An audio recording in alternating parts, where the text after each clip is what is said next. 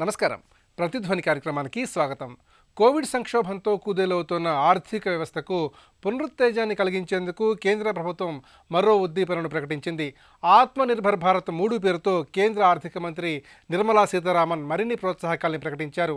దేశంలో ఉపాధి అవకాశాలు పెంచేందుకు ఆత్మనిర్భర్ భారత్ రోజ్గార్ యోజన తీసుకొచ్చారు. దేశీయ ఉత్పత్తికి ఊతమిచ్చేలా 1.46 లక్షల కోట్లతో ప్రోత్సాహకాలను ఇవ్వనున్నారు. ఉత్పత్తి ఆధారిత ప్రోత్సాహకాల పథకం కింద మరో 10 రంగాలను తీసుకొచ్చారు. ఈ నేపథ్యంలో కేంద్ర ప్రభుత్వం ప్రకటించిన తాజా ఉద్దీపన తయారీ రంగానికి ఎలాంటి ఊతమిస్తుంది, అలాగే ఏ స్థాయిలో ఉద్యోగ ఉపాధి కల్పన అవకాశాలు మెరుగుపడే అవకాశం ఉంది, ఈ అంశాలకు సంబంధించి ప్రతిధ్వని చర్చను చేపట్టింది. ఈ చర్చలో పాల్గొంటున్న నిపుణులు సింహాద్రి సూర్యనారాయణ గారు, ఎస్బీహెచ్ మాజీ డైరెక్టర్, ఆర్థిక అంశాల విశ్లేషకులు డాక్టర్ బిఎన్వి పార్థసారథి గారు, బ్యాంకింగ్ ఆర్థిక రంగ నిపుణులు, management and financial consultant doctor Chittadi Krishna Reddy గారు, హైదరాబాద్ కేంద్రీయ విశ్వవిద్యాలయంలో ఆర్థిక శాస్త్ర ఆచార్యులు.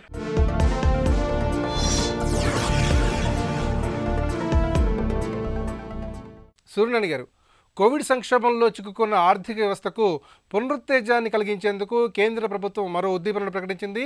ఆత్మనిర్భర్ భారత్ 3 పేరుతో ఆర్థిక మంత్రి నిర్మలా సీతారామన్ ప్రకటించిన ఉద్దీపన చర్యలను ఏ విధంగా విశ్లేషణ చేసుకోవాలి? కోవిడ్-19 నేపథ్యంలో భారత ఆర్థిక వ్యవస్థ చాలా సవాళ్ళను ఎదుర్కొంటుంది. దీనికి పరిష్కారం దిశగా ఇప్పటికే కేంద్ర ప్రభుత్వం 3 ఉద్దీపనలను ప్రకటించింది. ఆత్మనిర్భర్ భారత్ 3 పేరుతో ఇవాళ ఆర్థిక మంత్రి గారు ప్రకటించడం జరిగింది. సో దీంట్లో ఏంటంటే ఆర్థిక వ్యవస్థ పునరుత్తేజం పొందడానికి గాను వాళ్ళు గుర్తించినటువంటి అంటే ఉద్యోగాల కల్పన, తద్వారా ప్రజల యొక్క కొనుగోలు శక్తిని పెంచడం, తద్వారా మళ్ళీ ఉత్పత్తికి ఊతమిచ్చేలాగా ఉండడం, అలాగే దాని రుణ వితరణ ద్వారా కూడా ఉత్పత్తికి ఊతమిచ్చేలాగా, ప్రజల కొనుగోలు శక్తి పెంచేలాగా, సో వ్యాపార కార్యక్రమాలు, వాణిజ్య కార్యక్రమాలు సజావుగా జరగడానికి కొన్ని చర్యల్ని వాళ్ళు ప్రతిపాదించడం జరిగింది. దాదాపు 12 కార్యక్రమాలు ప్రకటన జరిగింది. అందులో ముఖ్యంగా చెప్పుకోవాల్సింది ఏంటంటే ఉద్యోగాల సృష్టి కోసం చెప్పినటువంటి ప్రోత్సాహకాల్లో ఎవరైతే 1000 లోపు సంస్థలు ఎంప్లాయీస్ కలిగినటువంటి సంస్థలు ఉంటాయో ఆ సంస్థలకి ప్రావిడెంట్ ఫండ్ ఉద్యోగుల వాటా ప్లస్ ఎంప్లాయర్స్ వాటా అంటే సంస్థల వాటా 2 కూడా కేంద్ర ప్రభుత్వం భర్తీ చేస్తానని చెప్పింది. కాకపోతే ఆ ఉద్యోగాలు 1 అక్టోబర్ తర్వాత ఇచ్చే ఉండాలి. అట్లాగే 1000 కన్నా పైన ఉన్న ఎంప్లాయీస్ ఉన్నటువంటి సంస్థలకి ఆ ఉద్యోగుల వాటా మాత్రం కేంద్ర ప్రభుత్వం భర్తీ చేస్తానని చెప్పింది. అట్లాగే మిగతా కార్యక్రమాలు అంటే అంతకు ముందే ఉన్నటువంటి ఎమర్జెన్సీ క్రెడిట్ గ్యారంటీ స్కీమ్ ఏదైతే ఉందో ఆ స్కీమ్ని ఇంతకుముందు micro, small and medium scale ఎంటర్ప్రైజెస్కి ఇచ్చారు. దాన్ని ఇప్పుడు ఇంకా కొంచెం ఎక్స్టెండ్ చేసి బిజినెస్ ఎంటర్ప్రైజెస్కి, అట్లాగే ముద్రా రుణాలకి, అట్లాగే ఇతర వ్యాపార రుణాలకు కూడా వర్తించేట్లు ఈ సవరించడం జరిగింది ఆ యొక్క దీన్ని రూల్స్ని. అట్లాగే కోవిడ్ కారణంగా ఎవరైతే 26 రంగాల్ని వాళ్ళు కామత్ కమిటీ సూచించడం జరిగింది, ఆ 26 రంగాలకి కూడా ఒత్తిడికి గురైనటువంటి రంగాలకి ఈ క్రెడిట్ గ్యారంటీ స్కీమ్ని వాళ్ళు ఎక్స్టెండ్ చేయడం జరిగింది. వాటిని కూడా ఇంక్లూడ్ దాంట్లో ముఖ్యంగా power, construction, iron and steel, roads, real estate, ఇట్లా హోల్సేల్ ట్రేడింగ్, టెక్స్టైల్స్, కెమికల్స్, ఈ consumer durables, pharmaceutical manufacturing, logistics, cement, auto components, mining, automobile manufacturing, auto dealership, aviation, sugar, port and port services, shipping, building material, ఇట్లా corporate retail outlets అవుతున్నాయో వాటిలన్నిటికీ ఈ credit guarantee scheme extend చేయడం జరుగుతుంది. Production based incentives ఏవైతే ఉన్నాయో వాటిని కూడా ఎక్స్టెండ్ చేయడం జరిగింది ఇంకో 10 రంగాలకి. ముఖ్యంగా మొబైల్ తయారీకి, వైద్య పరికరాలకి ప్రత్యేకించి 55,000 కోట్ల పైచిలకు బడ్జెట్ని వాళ్ళు కేటాయించడం జరిగింది. మిగతా 10 సెక్టర్స్ కూడా ఈ యొక్క స్కీమ్ని అంటే డొమెస్టిక్ ప్రొడక్షన్ ఇన్సెంటివ్స్ ఏవైతే ఉన్నాయో వాటిని ఎక్స్టెండ్ చేయడం జరిగింది. దాంట్లో వైట్ గోల్డ్ మ్యానుఫ్యాక్చరింగ్, ఫార్మాస్యూటికల్స్, ఇట్లాగే specialised steel, auto, telecom, textile, food products, ఈ సోలార్ ఫోటోవాల్టాయిక్, సెల్ బ్యాటరీస్, ఇవన్నీ ఈ రంగాలకు కూడా వాటి యొక్క ప్రోత్సాహం ఇచ్చేటట్టుగా కార్యక్రమాన్ని రూపొందించారు. అట్లాగే ముఖ్యంగా ఈ నిర్మాణ రంగం ఎక్కువ ఉపాధి కల్పనకు ఉపయోగపడుతుంది కాబట్టి ఆ రంగానికి ఊతం అందేటట్టుగా ఈ ప్రధానమంత్రి ఆవాస్ యోజనకి 18,000 కోట్లు అదనంగా కేటాయించడం జరిగింది. అంటే 12 లక్షల కొత్త ఇల్లు నిర్మాణం దీని మూలంగా ప్రారంభం జరుగుతుంది. దాని మూలంగా కొన్ని లక్షల మందికి అంతకుముందే దీంట్లో ఉన్నటువంటి కార్యక్రమంలో ఉన్నటువంటి 18 లక్షల ఇళ్ళు పూర్తి, ప్లస్ దీని మూలంగా ఎంప్లాయ్మెంట్ క్రియేట్ అవుతుందని చెప్పి ఆర్థిక మంత్రి గారు చెప్పడం జరిగింది. అట్లాగే రియల్ ఎస్టేట్ కూడా కొన్ని ఇన్సెంటివ్స్ డెవలపర్స్ కి కొనుగోలుదారులకి ఇవ్వడం జరిగింది.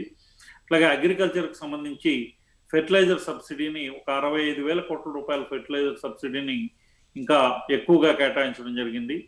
అట్లాగే ఈ ఎక్స్పోర్ట్ ని పెంచడం కోసం ఎక్స్పోర్ట్ ఇంపోర్ట్ బ్యాంక్ కి 3,000 కోట్ల రూపాయలు ఈ పరిశ్రమలకి ఇన్సెంటివ్స్ రూపంలో ఇవ్వడానికి గాను వాళ్ళకి సమకూర్చడానికి ప్రతిపాదన జరిగింది. అట్లాగే దేశీయ రక్షణ పరికరాలు, నెక్స్ట్ ఈ పారిశ్రామిక ప్రోత్సాహకాలు, గ్రీన్ ఎనర్జీ, వీటిని ఎంకరేజ్ చేయడం కోసం ఇంకా 10,200 కోట్ల రూపాయలని కేటాయించడం జరిగింది. అట్లాగే కోవిడ్ వ్యాక్సిన్ తయారీ కోసం 900 కోట్ల రూపాయలు కేటాయించడం జరిగింది. అంటే R&Dకి, రీసెర్చ్ అండ్ డెవలప్మెంట్ కోసము, వ్యాక్సిన్ తయారీ కోసము. సో వీటన్నిటి మూలంగా ఏంటంటే ఈ క్రెడిట్ గ్యారంటీ మూలంగా రుణ వితరణ జరుగుతుంది. మందగమనాన్ని అధిగమించి పునరుత్తేజం పొందడానికి గాను ఈ ప్యాకేజ్ ఉపయోగపడుతుందని భావించవచ్చు. డాక్టర్ పార్సారథి గారు, దేశీయ ఉత్పత్తికి ఊతమిచ్చే విధంగా 1.46 లక్షల కోట్లతో ప్రోత్సాహకాలు ఇవ్వనున్నట్లుగా కేంద్ర ప్రభుత్వం ప్రకటించింది. అయితే కేంద్ర ప్రభుత్వం ప్రకటించిన ఉద్దీపన చర్యలు తయారీ రంగానికి ఎలాంటి ఊతమిస్తుంది? చర్యలు తప్పకుండా మనం వీటిని వెల్కమ్ చేయాలి. ఎందుకంటే పాజిటివ్ స్టెప్ ఇది. ఇంతకుముందు మిత్రులు చెప్పినట్టు ఒక 3 రంగాల్లో ఆల్రెడీ ఒక 51,355 కోట్లు కేటాయించారు.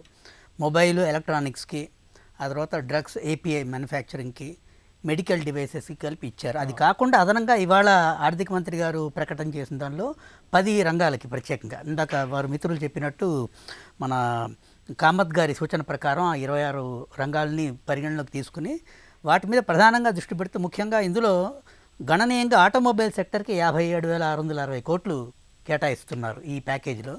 అదేవిధంగా ఫార్మాకి ఒక 15,000 కోట్లు ఇచ్చారు.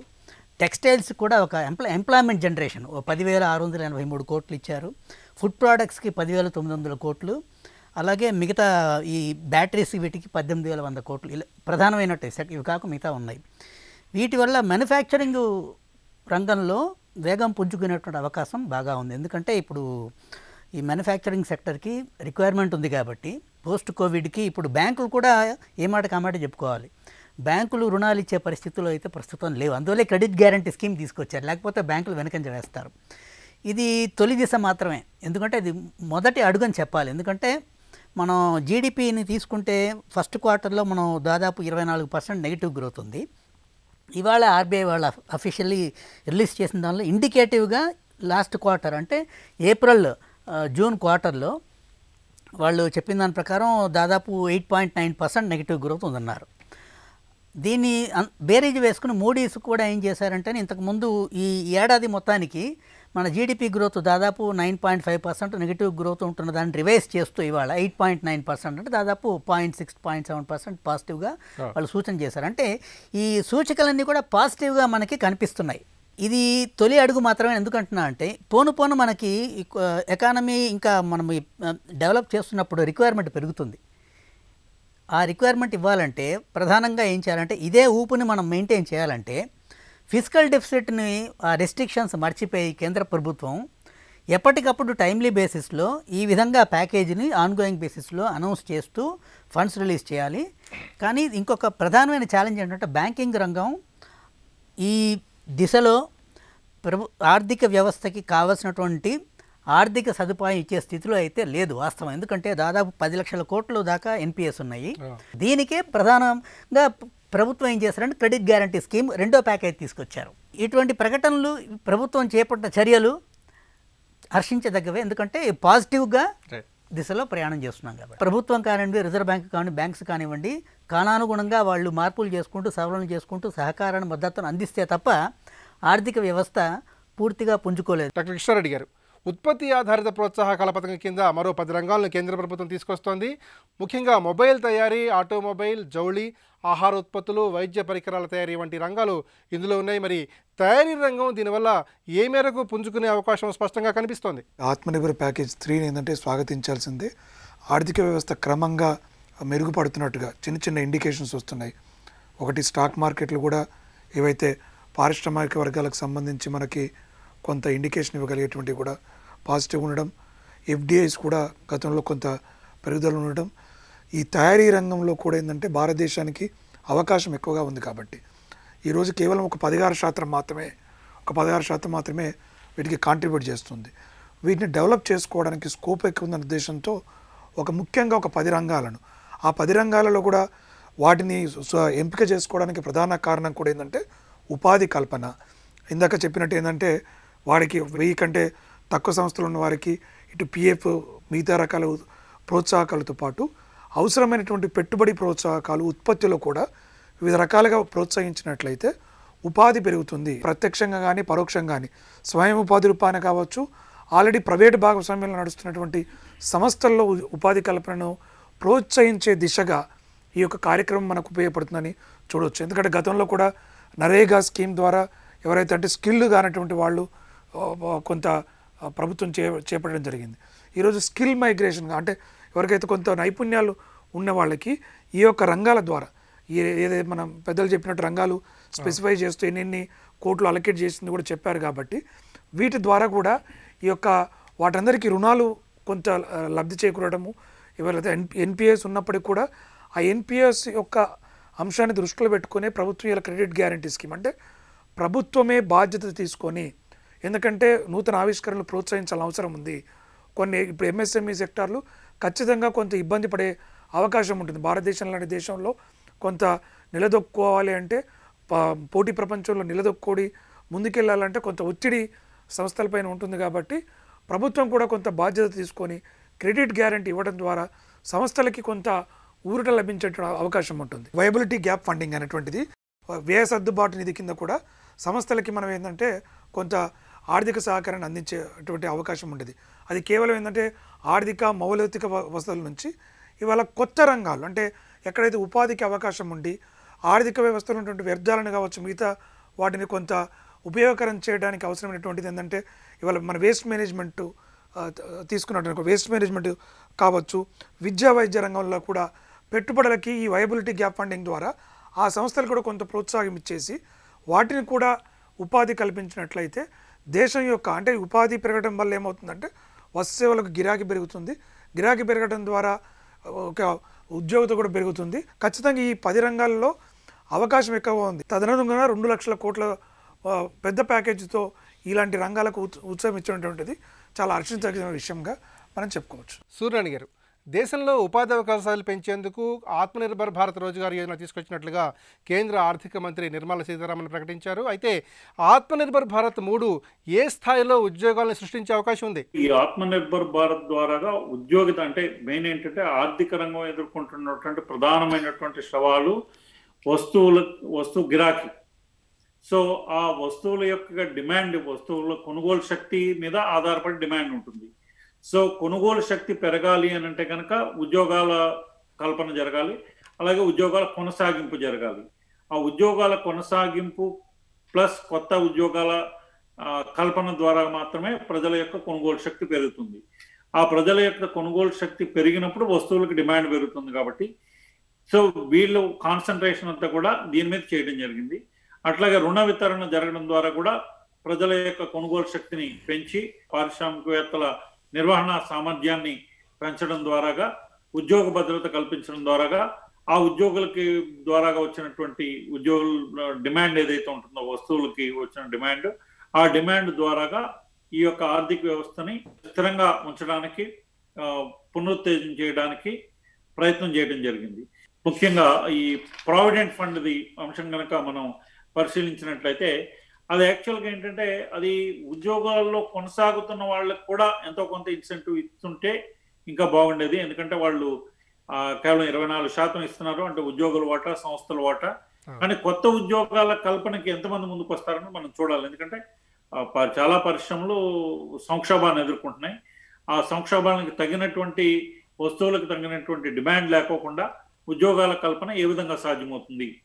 సో ఇక్కడ ఏంటంటే ఉద్యోగాల కొనసాగింపు మీద ఎక్కువ దృష్టి కేంద్రీకరించాల్సినటువంటి ఆవశ్యకత ఉంది. అట్లాగే ఏ రంగాలకి అంటే ఇప్పుడు ఎన్పిఎస్కి స్లిప్ అవ్వకోకుండా నెక్స్ట్ కొన్ని పైలప్ అయినప్పుడు కొన్ని పెరిషబుల్ కాని గూడ్స్ ఉంటాయి.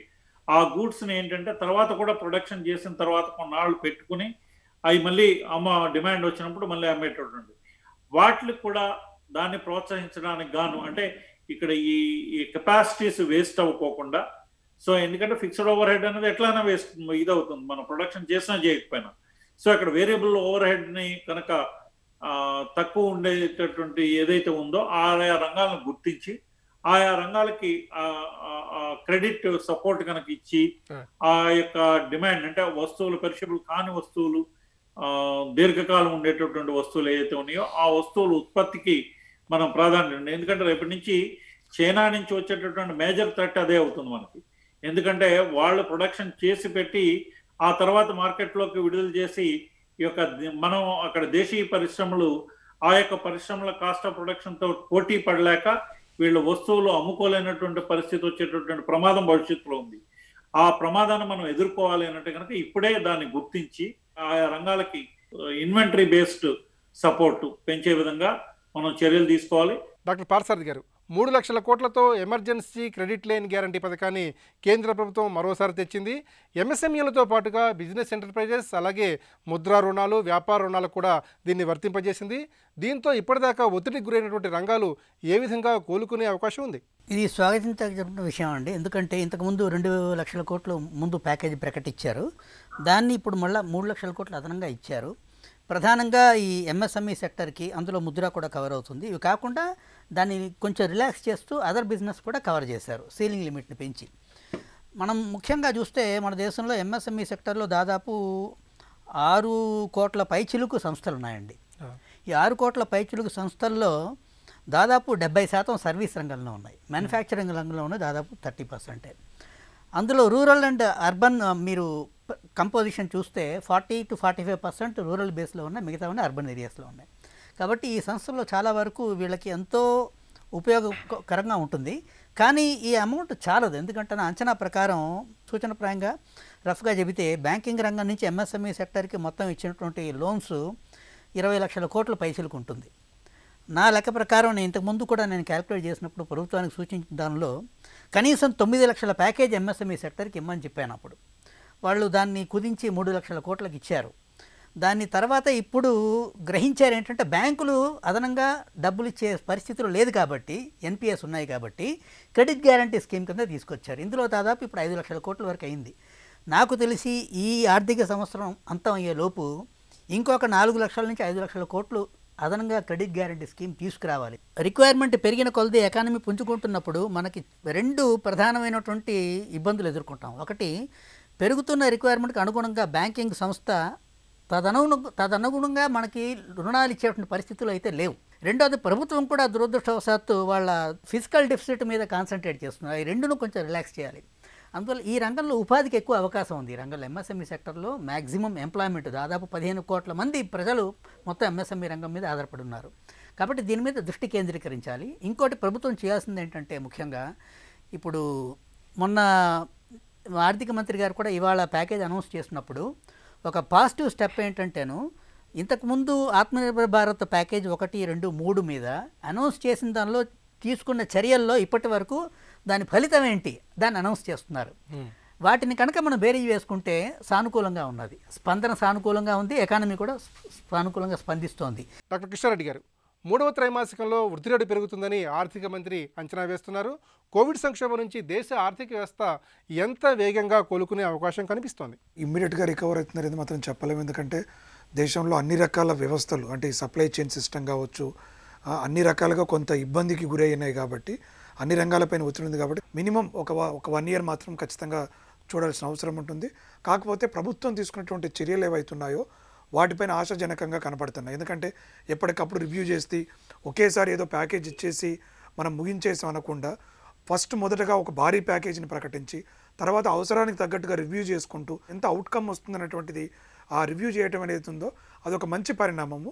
దాన్ని అదే విధంగా ఇంకా ముందుకు తీసుకెళ్ళి ముఖ్యంగా ఎవరైతే కొత్త పారిశ్రామిక ఔత్సాహికవేత్తలను ప్రోత్సహించుకోవాలన్నప్పుడు అవగాహన కల్పించాల్సిన అవసరం కూడా ఉంది. ఎందుకంటే చాలామందికి రుణాలు తీసుకోవడానికి కూడా ఈనాటికి కూడా చాలా ఇబ్బందులు పడుతున్నారు. అంటే అవగాహన లేకపోవడం కావచ్చు, అందుబాటులో లేకపోవడము, వాటిని చెల్లించే క్రమంలో ఏ రకమైనటువంటి అయినటువంటిది కొంత ఈ ఫైనాన్షియల్ లిటరసీ అయినటువంటిది ఈ యొక్క ఔత్సాహికమైనటువంటి ఎంఎస్ఎంఈ సెక్టర్ కూడా పూర్తి స్థాయిలో కొంత అవగాహన కలిగించి దాన్ని ఇంకా కొంత సులభతరం చేసినట్లయితే వ్యవస్థ తొందరగా గాడిలోకి వస్తుంది.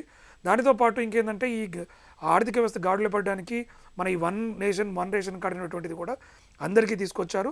నిన్న దాంట్లో కూడా చెప్పారు 68 కోట్ల మంది ప్రజలు ఈ పోర్టబిలిటీ తీసుకున్నారనే విషయాన్ని కూడా మినిస్టర్ గారు చెప్పారు. కాబట్టి అది ఒక చాలా హర్షించదగిన విషయం.